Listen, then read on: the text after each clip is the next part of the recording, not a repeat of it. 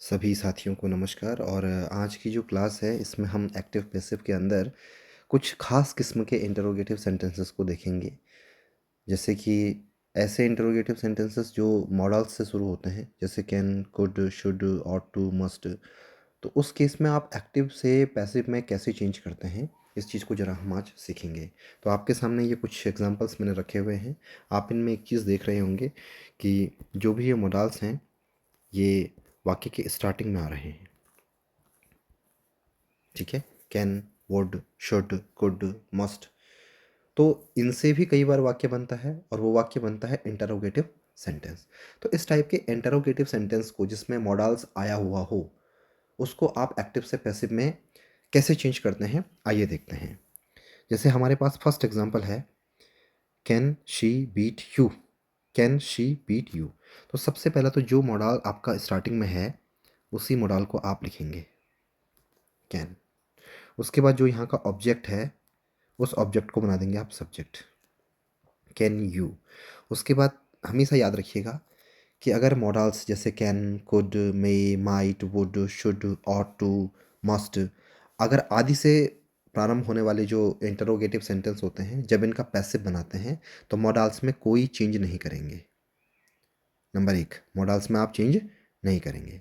आप क्या करेंगे, मॉडल्स को जैसा का तैसा रहने देंगे।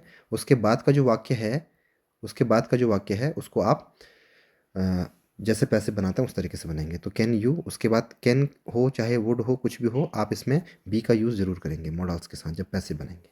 तो can you B beaten, verb की थर्ड फॉर्म। तो ये हो जाएगा can you B beaten, verb की थर्ड फॉर्म बीटन। उसके बाद लगा देंगे आप बाई, और बाई के बाद जो आपका सब्जेक्ट है शी, इसका ऑब्जेक्टिव केस हर। तो ये बन गया can you B beaten by her. तो मॉडल्स को आपने एज इट इज़ रखना है, ऑब्जेक्ट को आप सब्जेक्ट बनाएंगे, उसके बाद बी का यूज़ करेंगे, then you will use verb की थर्ड फॉर्म, फिर बाई, और जो सब्जेक्ट है उसको आप ऑब्जेक्ट बना करके लिख देंगे। अगले वाक्य की बात कर लेते हैं, would you help your friend. तो इस सेंटेंस में स्टार्टिंग में जो मॉडल है वो है वुड। तो आप वुड को एज इट इज़ वुड ही लिखेंगे, वुड। उसके बाद जो आपका ऑब्जेक्ट है योर फ्रेंड, इस योर फ्रेंड को आप बना देंगे सब्जेक्ट। उसके बाद जैसे ही सब्जेक्ट आता है उसके बाद आप लगा देंगे be, would your friend be. फिर वर्ब की तरफ जाना है, वर्ब की कौन सी फॉर्म में हो रही है यहाँ पे यूज़, फर्स्ट फॉर्म। तो आप यहाँ पे लगाएंगे थर्ड फॉर्म, हेल्प्ड। हेल्प्ड के बाद आप लगा देंगे बाई, और बाई के बाद जो आपका सब्जेक्ट है इसका ऑब्जेक्टिव केस, तो यू का ऑब्जेक्टिव केस क्या होता है, यू ही होता है। तो ये वाक्य बन जाएगा would your friend be helped by you. ठीक है, नेक्स्ट सेंटेंस है, should you not serve your parents. ये नेगेटिव सेंटेंस दिया है, should you not serve your parents. क्या तुम्हें अपने माता पिता की सेवा नहीं करनी चाहिए। तो इस सेंटेंस में आप देख रहे होंगे जो स्टार्टिंग में जो मॉडल आया है वो है शुड। तो आप शुड से ही वाक्य की शुरुआत करेंगे, शुड। अब जो ऑब्जेक्ट है योर पेरेंट्स, इसको आप सब्जेक्ट बना देंगे, शुड योर पेरेंट्स। उसके बाद नेगेटिव सेंटेंस है तो ध्यान रखिएगा, नॉट पहले लिखेंगे, उसके बाद आप बी लगाएंगे। Should your parents not be. यहाँ पे गलती ना करना कि बी पहले और नॉट बाद में, नॉट पहले और बी बाद में लगाना है, नॉट बी। फिर सर्व जो हमारी वर्ब है उसकी थर्ड फॉर्म, तो सर्व सेकंड फॉर्म हो जाएगी सर्व्ड, और थर्ड फॉर्म भी क्या हो जाएगी, सर्व्ड। सर्व्ड का मतलब होता है सेवा करना। Should your parents not be served, उसके बाद आ जाएगा बाई, और बाई के बाद जो आपका सब्जेक्ट है इसका ऑब्जेक्टिव केस, तो बाई यू। ठीक है, अब बात कर लेते हैं अगले सेंटेंस की, वो है could you tell me the way of college. क्या आप मुझे कॉलेज का रास्ता बता सकते हैं। कुड यू टेल मी, तो कुड से सेंटेंस की शुरुआत है, तो आप भी किससे जवाब देंगे, कुड से, कुड। उसके बाद यहाँ पर जो ऑब्जेक्ट है वो है the way of college, could the way of college. उसके बाद लगाना है, जैसे ही सब्जेक्ट आता है आपका उसके बाद लगा देना है be, could the way of college be. उसके बाद टेल की थर्ड फॉर्म, जो वर्ब है हमारी उसकी थर्ड फॉर्म, तो वर्ब क्या है, टेल, टेल की third form told, told. Could the way of college be told to me by, by के बाद जो ऑब्जेक्ट है, सॉरी जो सब्जेक्ट है वो ऑब्जेक्ट बना जाएगा, बाई यू। तो ये बन जाएगा could the way of college be told to me by you. अगला सेंटेंस ले लेते हैं, must you not drive your car yourself, कि तुम्हें अपनी कार खुद नहीं चलानी चाहिए। ठीक है, मस्ट यू नॉट। ठीक है, मस्ट का यूज़ कंपल्सन को हम शो करने के लिए करते हैं, तो ये हो जाएगा मस्ट। उसके बाद ऑब्जेक्ट देखिए, ड्राइव की जो वर्ब है, वर्ब के तुरंत बाद ऑब्जेक्ट है, मस्ट योर कार। उसके बाद नेगेटिव सेंटेंस है तो नॉट जरूर लगाइएगा पहले, फिर बी लगाएंगे, नॉट बी। उसके बाद ड्राइव की थर्ड फॉर्म ड्राइवन, बाई, और लास्ट में जो योर सेल्फ है वो योर सेल्फ रहेगा। तो इस तरीके से हमने देखा कि वो सेंटेंसेस जो किसी मोडाल से शुरू होंगे उनका एक्टिव से पैसिव आप कैसे चेंज करेंगे। ऐसे ही आगे मैं आपको एक और रूल बताता हूँ जिसमें कि हम देखेंगे कि अगर किसी वाक्य के शुरू में हु, व्हाट, हुम हो तो एक्टिव से पैसिव में उसको कैसे चेंज करेंगे। तो ये कुछ सेंटेंस हैं जो आपके सामने रखे गए हैं, और इन सेंटेंसेस को अगर आप देखेंगे तो इनकी जो स्टार्टिंग हो रही है वो हु से हो रही है और व्हाट से हो रही है। अमूमन हमने क्वेश्चन वर्ड जब लिया था तो उसमें हु और व्हाट का यूज़ नहीं किया था, हमने वहाँ पर व्हेन, वेयर और व्हाई का यूज़ ज़्यादातर किया था। इनका यूज़ कैसे करते हैं, यदि एक्टिव वॉइस का वाक्य इंटरोगेटिव प्रोनाउन यानी कि हु, व्हाट या हुम से हो तो पैसिव में हु को बाई हुम से यहाँ पे लिख देते हैं। जो हु होगा उसका बन जाएगा बाई हुम, क्या बन जाएगा, बाई हुम। व्हाट होगा तो व्हाट को आप स्टार्ट करेंगे विद व्हाट से, किससे रिप्लेस करेंगे, विद व्हाट से। और अगर हुम होगा तो हुम को आप लिखेंगे टू हुम, क्या लिखेंगे, टू हुम। और जबकि अगर मैं बात करूं व्हेन की, वेयर की और व्हाई की, तो ये एज इट इज़ रहता है, इसमें कोई चेंज नहीं आता, बस तीनों में चेंज रखना है आपने, हु में, व्हाट में और हुम में। तो देखते हैं इन सेंटेंसेस को जब मैं कन्वर्ट कर रहा हूँ आप ध्यानपूर्वक सुनिएगा और समझने की कोशिश कीजिएगा। ये है who has broken the glass, मतलब जो कांच है वो किसने तोड़ा है। तो हु है, तो हु को जब आप चेंज करेंगे तो हु को चेंज करने के लिए मैं आपको कह रहा हूँ कि किस में चेंज करना है, उसको बाई हुम में। तो स्टार्टिंग में आप लिख देंगे बाई हुम, बाई हुम। उसके बाद आप ले आएंगे हेल्पिंग वर्ब हैज़। उसके बाद आप ले आएंगे ये जो इंटरोगेटिव सेंटेंस है आपका, आप उसको इंटरोगेटिव सेंटेंस को जैसे हम पहले चेंज कर रहे थे उसी तरीके से चेंज करेंगे। तो हेल्पिंग वर्ब आ गई, हेल्पिंग वर्ब के बाद जो ऑब्जेक्ट होगा वो सब्जेक्ट बन के आ जाएगा, द ग्लास।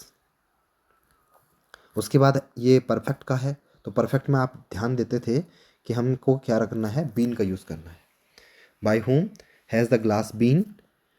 अब जो वर्ब है, वर्ब की थर्ड फॉर्म, तो वर्ब बचती है इसमें सिर्फ ब्रोकन। इसमें जो बाई है वो आगे लग चुका है, ठीक है, तो बाद में उसको यूज़ नहीं करेंगे, करते ही नहीं है। तो ये वाक्य बनेगा हमारा, who has broken the glass, by whom has the glass been broken, यानी कि ग्लास जो कांच है वो किसके द्वारा तोड़ा गया। एक और एग्जांपल ले लेते हैं हु का, who has eaten my food. Again who से वाक्य की शुरुआत है, तो आप लिखेंगे बाई हुम। बाई हुम के बाद आपने क्या करना है, हेल्पिंग वर्ब का यूज़ करना है, हैज़। उसके बाद जो ऑब्जेक्ट है आपका उसको बनाना है सब्जेक्ट, तो ये हो जाएगा माई फूड। उसके बाद लगाना है आपने बीन, और बीन के बाद आपने लिखनी है वर्ब की थर्ड फॉर्म।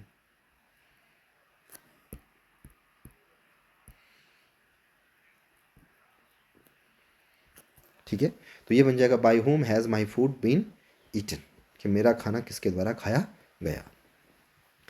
नेक्स्ट सेंटेंस ले लेते हैं, इस सेंटेंस को मैंने लिया है व्हाट से, व्हाट मेड यू सैड। तो व्हाट मेड यू सैड मतलब क्या चीज़ है जिससे तुम दुखी हो गए हो, किसने तुम्हें दुखी बना दिया है। तो व्हाट वाले वाक्य की जब शुरुआत करेंगे आप तो विद व्हाट से करेंगे, विद व्हाट उसके बाद हेल्पिंग वर्ब, तो यू के साथ हेल्पिंग वर्ब क्या आती है, वर, यू के साथ तो वज नहीं आता है, ठीक है। उसके बाद आपका जो ऑब्जेक्ट है वो आ जाएगा विद वट, वर यू, उसके बाद वर्ब की थर्ड फॉर्म मेड और सेड। ऐसे ही एक और एग्जांपल लेते हैं, व्हाट हैव यू रेड, कि तुमने क्या पढ़ा है। तो हम लिख देंगे इस सेंटेंस में, जैसे कि अब ये दूसरा एक टाइप का सेंटेंस है जिसमें हम वट को हम कई बार विद वट से भी यूज़ करते हैं और वट को हम सिंपली कई बार वट भी रखते हैं। तो इस सेंटेंस में हम वट को क्या रखेंगे, वट ही रखेंगे, ठीक है। क्योंकि ये एक तरीके से देखा जाए तो एक सिंपल सा क्वेश्चन है, इसमें मतलब जो है कि आपको नॉर्मल पैटर्न यूज़ करना है। तो वट, वट के साथ हैज़ हेल्पिंग वर्ब आती है, ठीक है। What has been read by you, कि तुम्हारे द्वारा क्या पढ़ा गया है, ठीक है। तो आगे अब चर्चा करते हैं और चर्चा में लेके आते हैं कुछ इन्फिनेटिव्स का यूज़। अगर इन्फिनेटिव्स यूज़ होंगे तो कैसे आप इस चीज़ को एक्टिव से पैसिव में चेंज करेंगे। तो यहाँ पे आपके सामने कुछ ऐसे वाक्य रखे गए हैं जिसमें वर्ब के बाद, यानी कि वर्ब जो है हमारी, वर्ब में बी वर्ब्स की मैं बात कर रहा हूँ, जैसे एम, इज़, वाज, हैज़, इनके बाद टू का यूज़ हो रहा है। किसका यूज़ हो रहा है, टू का यूज़। तो ऐसे केसेस में जब कोई वर्ब होगी, खास तौर पे इज़, एम, आर, वज, वेर के बाद या हैज़, हैव, हैड के बाद टू आ जाए, तो इस प्रकार के वाक्यों को जब आप एक्टिव वॉइस से पैसिव वॉइस में चेंज करेंगे तो आपने क्या करना है कि जो इज़, एम, आर, वज, वर, हैज़, हैव, हैड, जो भी कुछ वहाँ पे आया होगा उसके बाद टू लगा होगा, तो आपने उसके बाद क्या लगा देना है, टू बी। क्या लगा देना है, टू बी, और वर्ब की थर्ड फॉर्म का यूज़ करना है। तो पैटर्न कुछ इस हिसाब से बनेगा कि सब्जेक्ट पहले आएगा, हेल्पिंग वर्ब आएगी, उसके बाद टू बी का यूज़ करना है, उसके बाद वर्ब की थर्ड फॉर्म का यूज़ करना है, उसके बाद बाय और फिर ऑब्जेक्ट। तो ये कुछ एग्जाम्पल्स आपके सामने रखे गए हैं, इन एग्जाम्पल्स को थोड़ा सा सॉल्व करने की कोशिश करते हैं। जैसे I am to read this book, तो इस सेंटेंस में आप क्लियरली देखिएगा जो आपका ऑब्जेक्ट है वो क्या है, दिस बुक। तो दिस बुक से सेंटेंस की शुरुआत हो जाएगी।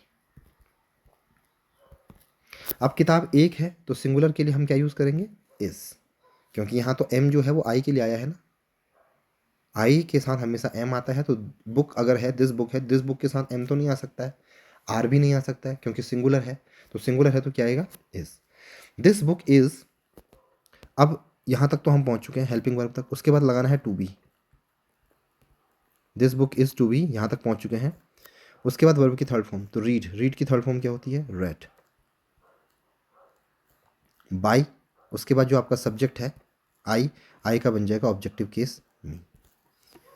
तो ये वाक्य बनेगा आपका, this book is to be read by मी।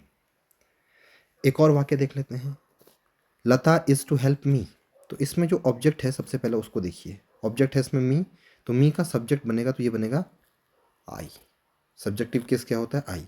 अब आई के साथ क्या हेल्पिंग वर्ब लगती है, एम, आई एम। उसके बाद सब्जेक्ट हो गया, हेल्पिंग वर्ब हो गया, फिर आपको क्या लगाना है, to be, I am to be. फिर वर्ब की थर्ड फॉर्म, तो वर्ब है हमारी हेल्प, और हेल्प की थर्ड फॉर्म होती है helped. I am to be helped, उसके बाद बाई, और बाई के बाद जो हमारा सब्जेक्ट है उस सब्जेक्ट को हम बना देंगे ऑब्जेक्ट। तो ये हो जाएगा, I am to be helped by Lata. Next sentence की बात करते हैं, Neetu is to write a letter. तो इस वाक्य में आप देखेंगे अ लेटर जो है वो ऑब्जेक्ट है, तो अ लेटर से आप वाक्य की स्टार्टिंग करेंगे जब पैसिव बनाएंगे, अ लेटर। उसके बाद आ जाएगा इज़, क्योंकि लेटर एक है तो अ लेटर के साथ singular verb, singular helping verb यानी कि इज़। टू, उसके बाद बी, वर्ब की थर्ड फॉर्म, तो राइट की थर्ड फॉर्म क्या होती है बच्चों, रिटन, रिटन बाय। उसके बाद जो सब्जेक्ट है तो उस सब्जेक्ट को आप लिख देंगे, नाम है तो नाम में कोई परिवर्तन नहीं करेंगे, ठीक है। बाकी आई का हो जाएगा मी, यू का यू ही रहेगा, वी का हो जाएगा अस। इस तरीके से आपने चेंज करना जो आपको पहले बताया गया है। Ram was to kill Ravan, तो इसमें आप क्या करेंगे, सबसे पहले जो रावण है वो आपका ऑब्जेक्ट है, तो रावण को आप सबसे पहले लिखेंगे, रावण। उसके बाद रावण एक सिंगुलर है तो वज, बहुत सारे होते हैं तो वर, रावण वॉज टू बी, फिर वर्ब है किल, किल की थर्ड फॉर्म किल्ड, बाई, और बाई के बाद जो आपका सब्जेक्ट है उसका आप ऑब्जेक्ट बना देंगे राम। तो Ravan was to be killed by Ram. एक लास्ट वाक्य ले लेते हैं, he has to help me, he has to help me. तो उसमें मी क्या है, आपका ऑब्जेक्ट है, तो ऑब्जेक्ट मी अगर है तो उसका सब्जेक्टिव केस क्या हो जाएगा, आई। आई के साथ क्या लगता है, हैज़ हैव में से have, I have to be, I have to be, फिर हेल्प, हेल्प जो है हेल्प की थर्ड फॉर्म हेल्प्ड, फिर बाई, और बाई के बाद जो आपका सब्जेक्ट है उसका ऑब्जेक्टिव केस यानी कि हिम का यूज़ आप करेंगे। तो I have to be helped by him. अभी कुछ सेंटेंसेस आपके सामने लिए जा रहे हैं और इन सेंटेंसेस को जब हम एक्टिव वॉइस से पैसिव वॉइस में चेंज करेंगे तो आप देखिए इसमें क्या खास है। इसमें है गोइंग टू का यूज़, गोइंग टू का यूज़, यहाँ पर हैड टू, यहाँ पर हैज़ टू। तो जब भी आप इस तरीके के वाक्यों को जिसमें going to, has to, have to, had to, जब इनको आप पैसिव में चेंज करेंगे तो आपने वर्ब के साथ टू बी, हेल्पिंग वर्ब के साथ टू बी का यूज़ करना है। हेल्पिंग वर्ब यानी कि जो हेल्पिंग वर्ब यहाँ पे आ रखी है उसके साथ टू बी का यूज़ करना है और वर्ब की थर्ड फॉर्म का यूज़ करना है। तो कैसे करेंगे, करके देखते हैं। We are going to read a book, तो इसमें अ बुक जो है वो आपका क्या है, ऑब्जेक्ट है। तो ऑब्जेक्ट को आप बना देंगे सब्जेक्ट। अ बुक, किताब एक है तो आप क्या लिखेंगे, इज़। किताबें बहुत सारी होती तो आप लिखते आर। अ बुक इज़, उसके बाद गोइंग टू को आप लिखेंगे, a book is going to, और गोइंग टू के बाद तुरंत आप लगा देंगे be. A book is going to be, फिर वर्ब की थर्ड फॉर्म, रीड की थर्ड फॉर्म होती है रेड, बाई, और बाई के बाद आप लगा देंगे जो सब्जेक्ट है उसका ऑब्जेक्टिव केस, यानी कि वी का ऑब्जेक्टिव केस क्या बन जाएगा, अस। तो ये सेंटेंस बनेगा आपका, a book is going to be read by us. Next sentence को ले लेते हैं, she is going to play hockey, she is going to play hockey. तो इसमें जो ऑब्जेक्ट है वो क्या है आपका, हॉकी। तो हॉकी से आप वाक्य की शुरुआत करेंगे, उसको सब्जेक्ट बनाएंगे, हॉकी। हॉकी एक गेम का नाम है, एक सिंगुलर चीज़ है तो इज़, उसके बाद गोइंग टू लगाना है, उसके बाद क्या लगाना है, be. Hockey is going to be, फिर प्ले, प्ले का थर्ड फॉर्म होता है प्लेड, बाई, और शी क्या है, शी का objective case her. Hockey is going to be played by her. Next sentence की अगर बात करूँ तो you had to do this work, इसमें हैड टू का यूज़ हुआ है, you had to do this work. तो दिस वर्क जो है वो हमारा ऑब्जेक्ट है, तो दिस वर्क को हम बना देंगे subject, this work had to be, याद रखिए हैड टू बी। उसके बाद डू, डू वर्ब है, डू की third form do, did, done. This work had to be done by, अब जो आपका सब्जेक्ट है वो आपका ऑब्जेक्ट बन जाएगा, तो this work had to be done by you. Next है Rahul has to read this book, तो इसमें जो दिस बुक है ये हमारा क्या है, ऑब्जेक्ट है, तो इसका सब्जेक्ट बना देंगे दिस बुक। किताब एक है तो हैज़ का यूज़ होगा, हैज़ टू बी। बहुत सारी होती तो क्या यूज़ करते हैं, have. This book has to be, verb है रीड, रीड की थर्ड फॉर्म होती है रेड, बाई राहुल। तो आपका जो सेंटेंस है वो कुछ इस तरीके से बनेगा, this book has to be read by Rahul. अब थोड़ा सा कुछ मिसलीनियस क्वेश्चंस को लेते हैं, कुछ डिफरेंट टाइप के, और उनको समझने की कोशिश करते हैं। अब आपके सामने जो एग्जाम्पल लिखे गए हैं ये सारे के सारे एग्जाम्पल्स में आप कुछ खास किस्म के वर्ड्स का यूज़ देख रहे होंगे। जैसे सब्जेक्ट जो है वो क्लियर नहीं है, वो है समवन, नोबडी, यहाँ पे तो पीपल, पीपल का यूज़ किया है, और यहाँ पे है नो वन। तो जब इस टाइप के सब्जेक्ट आपके पास आते हैं जिसमें people, somebody, nobody, someone, a man, none, anyone, everyone, जो कि स्पष्ट नहीं होते हैं और इनको हम अनइम्पॉर्टेंट सब्जेक्ट की कैटेगरी में रखते हैं, तो जब आप पैसिव बनाते हैं इन इस टाइप के वाक्यों का जिनमें इस टाइप के वर्ड्स आए होते हैं, तो आप बाई के बाद सब्जेक्ट जोड़ना आवश्यक नहीं होता है। बाई के बाद जो ऑब्जेक्ट हम जोड़ते हैं यानी कि जो सब्जेक्ट होता है उसका ऑब्जेक्टिव केस बनाते हैं, तो उसमें आपको इसको जोड़ना ज़रूरी नहीं होता है। तो देखिए कैसे इसको बनाते हैं। Someone has stolen my watch, इस वाक्य में जो ये समवन वर्ड है ये हमारा सब्जेक्ट है, लेकिन ये सब्जेक्ट कैसा है, एक इंपॉर्टेंट सब्जेक्ट नहीं है, महत्वहीन है ये, अज्ञात है, not known to us, unknown subject है। भाई किसी ने मेरी घड़ी चुरा दी, अब कौन था कुछ पता ही नहीं है उसका। तो जब अननोन सब्जेक्ट होगा उस केस में आपने कैसे पैसिव वॉइस में ऑब्जेक्ट का यूज़ करना है, ऑब्जेक्ट कैसे आप बनाएंगे देखते हैं। तो सबसे पहले जो ऑब्जेक्ट है उस ऑब्जेक्ट को आप बना देंगे सब्जेक्ट, तो ये हो जाएगा माई वॉच। उसके बाद हैज़ है तो हैज़, फिर बीन लगाना नहीं भूलना है, माई वॉच हैज़ बीन। उसके बाद स्टोल, सॉरी स्टोलन लिखा है, वर्ब की थर्ड फॉर्म लगी हुई है तो स्टोलन लगा देंगे आप। My watch has been stolen. अब स्टोलन के बाद यहाँ पर जो हम अभी तक कर रहे थे कि हम बाई लगा रहे थे और बाई के बाद जो सब्जेक्ट था उसका ऑब्जेक्ट बना रहे थे, लेकिन इस केस में आप उसको नहीं बनाएंगे।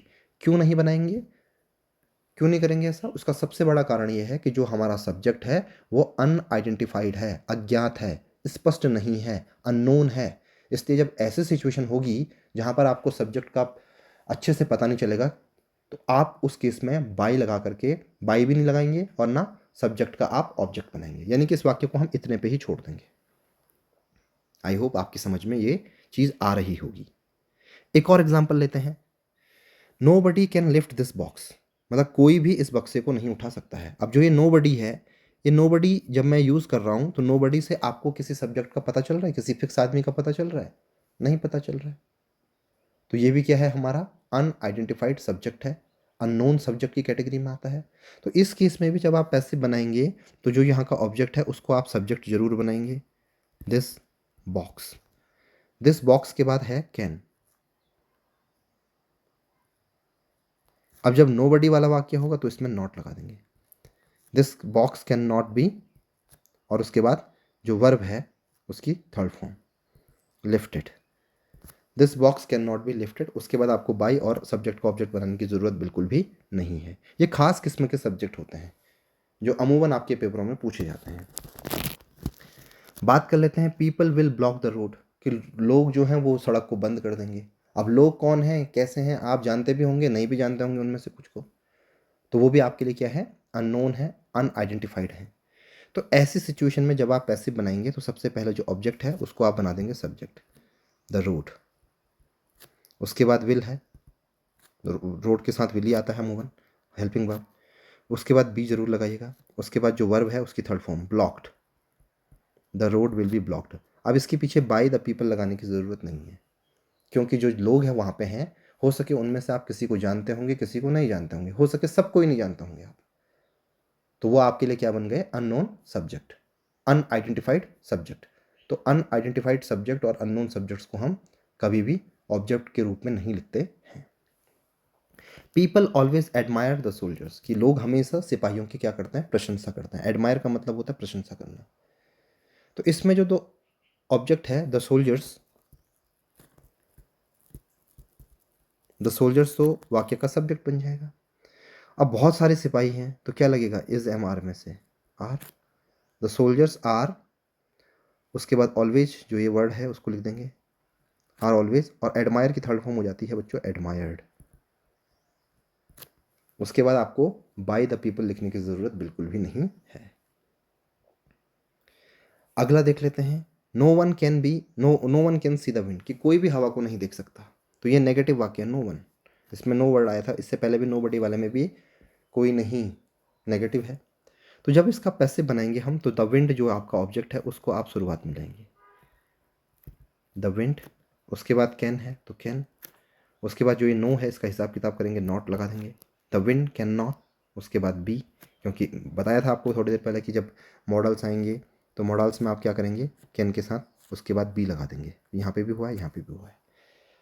The wind can not be, या कांट भी आप इसको कह सकते हैं। इसको आप क्या लिख सकते हैं, कांट बी, ऐसे भी लिख सकते हैं। उसके बाद लगा देंगे वर्ब, वर्ब की थर्ड फॉर्म तो see, saw, seen, the wind can't be seen. तो इसका पैसिव इस तरीके से बनेगा। तो आज की क्लास में इतना ही लेते हैं। आगे की जो क्लास होगी उसमें हम एम्पैरेटिव सेंटेंसेस को लेंगे और कुछ स्पेशल केसेस को लेंगे जो अमूमन आपके पेपर में बहुत ज़्यादा पूछे जाते हैं, चाहे वो हाई स्कूल हो, चाहे वो इंटरमीडिएट का हो, चाहे वो कोई कॉम्पिटिटिव एग्ज़ाम हो। तो उस पॉइंट ऑफ व्यू से जो नेक्स्ट क्लास होगी वो ज़्यादा इंपॉर्टेंट होगी, उसको ज़रूर देखिएगा। और जो आज बताया गया है इसको बार बार रिवाइज़ कीजिए और समझने की कोशिश कीजिए, ताकि आप इस चीज़ में दक्ष हो सकें, एक्सपर्ट बन सकें आप। ठीक है? क्लास को ध्यानपूर्वक देखने के लिए आपका बहुत बहुत धन्यवाद।